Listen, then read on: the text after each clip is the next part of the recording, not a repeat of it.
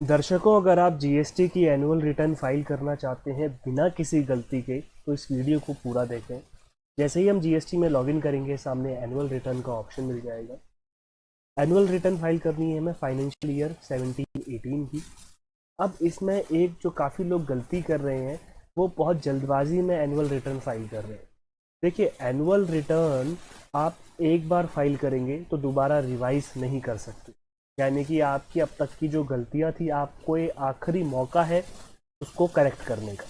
तो due date हमारे पास 30 जून 2019 है, काफ़ी वक्त है, तो आराम से फाइल करें।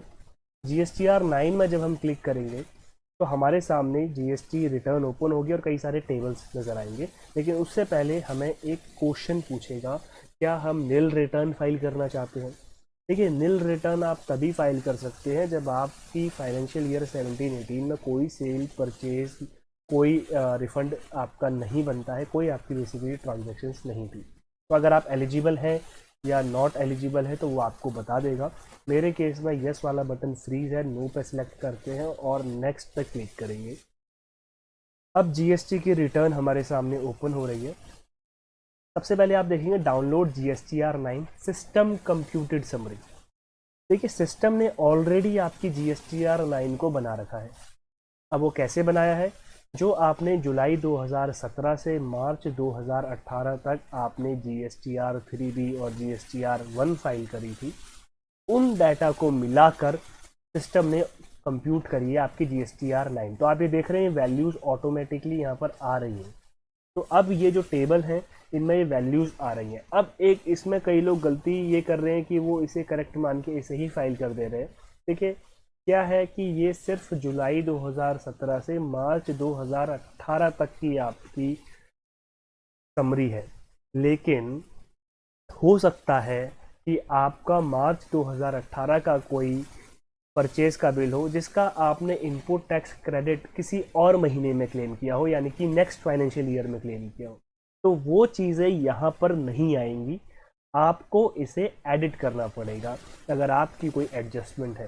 तो सबसे पहले आप जुलाई 2017 से मार्च 2018 तक अपना डाटा अलग से प्रिपेयर करें, चाहे आप कोई सॉफ्टवेयर यूज़ करते हैं या एक्सेल शीट आपने बना रखी है। उसके बाद फिर आप उसे कंपेयर करें और जो करेक्शन करनी है उसे करेक्शन कर देंगे। सबसे पहले है टेबल 4। देखिए, टेबल 4 के अंदर वो डिटेल्स आएंगी जिनमें ऐसी ट्रांजैक्शंस जिनमें टैक्स लगा है, यानी कि आपने कोई सेल करी है जो टैक्सेबल सेल है, चाहे वो आपने रजिस्टर्ड पर्सन को करी है या अनरजिस्टर्ड को करी है, आपने एक्सपोर्ट किया है विद पेमेंट ऑफ जीएसटी के साथ, या आपने परचेज करा है जिसमें रिवर्स चार्ज लगता है। तो यानी कि वो सारी चीज़ें जिसमें टैक्स लगता है वो टेबल 4 के अंदर आएंगी। अब ये ऑटोमेटिकली आप यहाँ पर देख रहे हैं कि वैल्यूज़ आ रही है। आप इन वैल्यूज़ को चेंज कर सकते हैं। हो सकता है कि यहाँ पर आपकी सेल कम आ रही हो और आपकी सेल ज़्यादा हो क्योंकि आपने 17-18 में उसे जीएसटीआर 3B के अंदर ना दिखाया हो, बाद में किसी महीने में दिखाया हो। या हो सकता है कि आपकी सेल कम हो। तो जो भी आपकी एक्चुअल सेल है आपको यहाँ पर डालनी होगी अगर इससे मैच नहीं कर रही है। लेकिन आपको ये बात याद रखना है कि आप यहाँ पर जो करेक्शन करेंगे तो आप 20% से ज़्यादा का करेक्शन नहीं कर सकते। यानी कि जो वैल्यूज़ यहाँ पर आ रही है आप या तो उसे 20% बढ़ा सकते हो या 20% कम कर सकते हो, उससे ज़्यादा चेंज यहाँ पर नहीं होगा। और यहाँ पर अगर आपने 17-18 की कोई ऐसी सेल है जो आपने अभी तक नहीं दिखाई है तो आप डायरेक्टली यहाँ पर नहीं दिखा सकते। देखिए, यहाँ पर वही चीज़ें आएंगी जो आप ऑलरेडी जीएसटीआर 3B में दिखा चुके हो, लेकिन हो सकता है वो 17-18 की 3B में ना हो, उसके नेक्स्ट फाइनेंशियल ईयर की 3B में हो। तो यहाँ पर जब आप ये वैल्यूज़ डाल देंगे उसके बाद आप इसे सेव कर देंगे। तो मैं फ़िलहाल इसे सेव नहीं कर रहा हूँ, मैं करता हूँ बैक टू जीएसटीआर 9।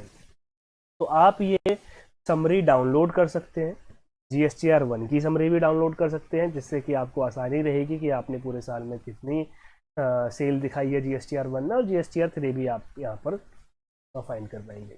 इसके बाद आता है टेबल 5। देखिए, टेबल 5 के अंदर वो चीज़ें आएंगी, वो ट्रांजैक्शन जिन पर टैक्स नहीं लगता, यानी कि ऐसी सेल जो एग्जेम्प्ट है, निल रेटेड है, या आपने एक्सपोर्ट किया है विदाउट पेमेंट ऑफ जीएसटी के साथ, जैसे एलयूटी के साथ, तो वो सारी चीज़ें यहाँ पर आएंगी। इसके बाद आता है टेबल नंबर 6 जो कि बहुत इंपॉर्टेंट है। ये बात करता है कि आपने जो इनपुट टैक्स क्रेडिट अवेल किया है, अब ये आपने अवेल किया है GSTR 3B के अंदर। तो आपने जो GSTR 3B के अंदर इनपुट टैक्स क्रेडिट क्लेम किया है वो यहाँ पर नज़र आएगा, लेकिन ये सिर्फ मार्च 2018 तक की 3B बता रहा है। हो सकता है कि आपने जो क्लेम किया हो इनपुट टैक्स क्रेडिट वो अगले फाइनेंशियल ईयर के किसी महीने में किया हो सकता है कि मार्च 2018 का ITC आपने अप्रैल 2018 में क्लेम किया हो। तो वो सारी चीज़ें आप यहाँ पर मेंशन कर पाएंगे कि वो इनपुट गुड था कि कैपिटल गुड। तो ये आप यहाँ पर ITC मेंशन कर सकते हैं, लेकिन ये याद रखिएगा एक गलती जो लोग अक्सर कर रहे हैं वो यहाँ पर नया ITC क्लेम कर रहे हैं। देखिए नया ITC आप क्लेम नहीं कर सकते, यहाँ पर सिर्फ वही ITC आएगा जो आप ऑलरेडी क्लेम कर चुके हैं, बट वो 17-18 के फाइनेंशियल ईयर में नहीं था, वो किसी और फाइनेंशियल ईयर में आपने क्लेम किया था, बट वो था 17-18 का ही। मिसाल के तौर पे आपने मार्च में कोई परचेज करी और अप्रैल में आपने उसको क्लेम किया, तो अप्रैल में जब आप उसे ऑलरेडी क्लेम कर चुके हैं वो यहाँ पर रिफ्लेक्ट नहीं कर रहा है, तो आप यहाँ पर सिर्फ रिपोर्ट कर रहे हो।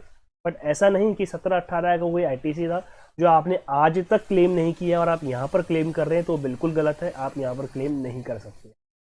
इसके बाद है टेबल नंबर 7 जो कि बात करता है ITC रिवर्सल के बारे में, कि अगर कोई चीज़ रिफंड हो गई थी या फिर आपको क्रेडिट नोट इशू हुआ या फिर कुछ ऐसा ITC जो आपको क्लेम नहीं करना चाहिए था, जो बिजनेस पर्पज़ का नहीं था।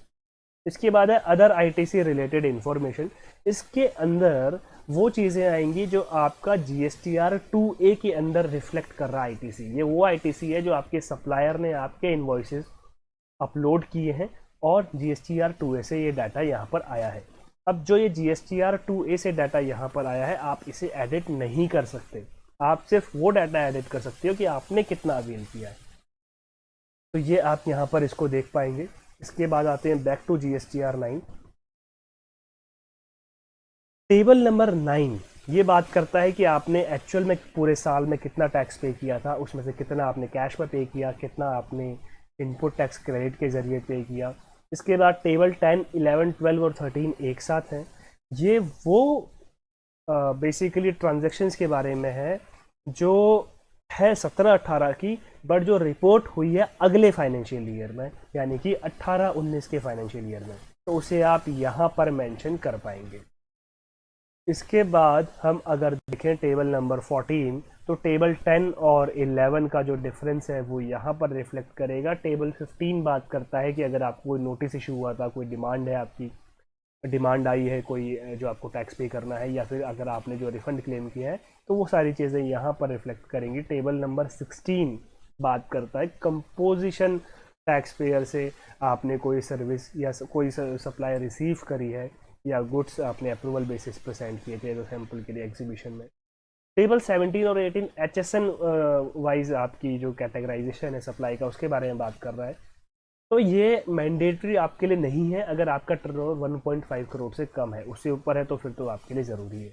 आप देखेंगे टेबल 19 अभी फ्रीज है। जब आप ये सारी डिटेल्स फिल कर लेंगे उसके बाद आपको क्लिक करना है कंप्यूट लायबिलिटीज़ पर, लेकिन उससे पहले आप प्रीव्यू ड्राफ्ट ज़रूर करें। देखिए कई बार जब हम ऑनलाइन रिटर्न फाइल करते हैं GST की वेबसाइट में कई बार प्रॉब्लम रहती है कि आप कोई डिटेल डाल तो देंगे लेकिन वो एक्चुअल में सिस्टम उसे काउंट नहीं करता है। तो आप कंप्यूट लायबिलिटीज़ पे क्लिक करने से पहले प्रीव्यू ड्राफ्ट ज़रूर करें कि जो आपने डिटेल डाली है वो सारी ड्राफ्ट के अंदर आ रही है कि नहीं आ रही है। जब प्रीव्यू ड्राफ्ट आपका बिल्कुल ठीक है उसके बाद आप कंप्यूट लायबिलिटीज़ क्लिक करेंगे तो टेबल 19 एक्टिव हो जाएगा। इन केस अगर आपको कोई एडिशनल टैक्स देना पड़ता है तो वो यहाँ पर आपको टेबल 19 में रिफ्लेक्ट करेगा। और यहाँ पर ध्यान देने वाली बात यह है कि आपको जो टैक्स अगर इन केस यहाँ रिफ्लेक्ट करता है तो वो आपको कैश में ही पे करना पड़ेगा। आज की डेट में अगर आपके पास कोई इनपुट टैक्स क्रेडिट अवेलेबल है तो उसे आप इस्तेमाल नहीं कर पाएंगे, तो ये आपको कैश में ही करना पड़ेगा। उसके बाद आपको प्रोसीड टू फाइल करके EVC के ज़रिए या डिजिटल सिग्नेचर के ज़रिए अपनी रिटर्न को फाइल करना है। अगर आपके हैं कोई सवाल GST की रिटर्न को लेके या आप चाहते हैं किसी और टॉपिक के ऊपर मैं वीडियो बनाऊं तो तो कमेंट बॉक्स में ज़रूर लिखें।